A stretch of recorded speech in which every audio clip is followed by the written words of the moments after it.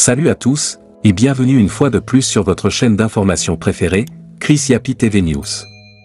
Aujourd'hui, nous plongeons au cœur de l'actualité brûlante qui secoue la localité de Kidal, au Mali, en raison de l'offensive menée par les forces armées maliennes.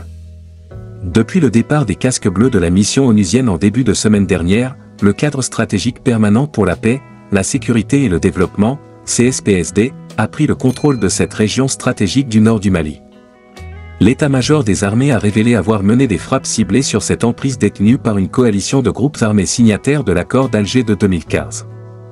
La situation à Kidal a pris une tournure dramatique avec le départ des casques bleus de la MINUSMA, mission multidimensionnelle intégrée des Nations Unies pour la stabilisation au Mali. Cette décision a laissé un vide sécuritaire dans la région, ouvrant la porte à l'occupation par le CSPSD. Le CSPSD est composé en partie de groupes armés signataires de l'accord d'Alger de 2015. Ces groupes avaient accepté de déposer les armes et de participer au processus de paix au Mali. Cependant, leur occupation de Kidal remet en question leur engagement envers la stabilité du pays.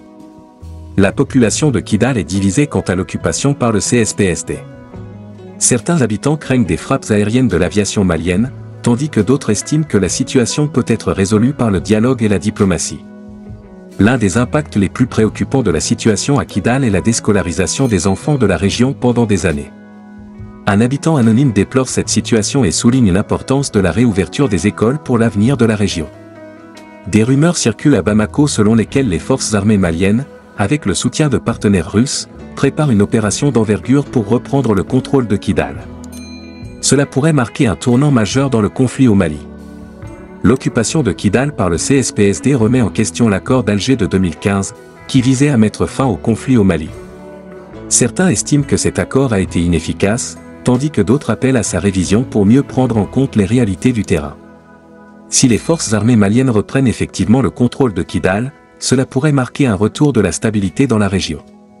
Cependant, il faudra également s'attaquer aux causes profondes du conflit pour garantir une paix durable. Certains habitants de Kidal plaident en faveur du dialogue et de la diplomatie pour résoudre la situation. Ils estiment qu'il est crucial de trouver des solutions pacifiques aux différends entre le gouvernement malien et les groupes armés. La situation à Kidal demeure extrêmement préoccupante, avec des implications politiques et humanitaires majeures. L'offensive menée par les forces armées maliennes et l'occupation par le CSPSD suscitent des inquiétudes quant à l'avenir de la région.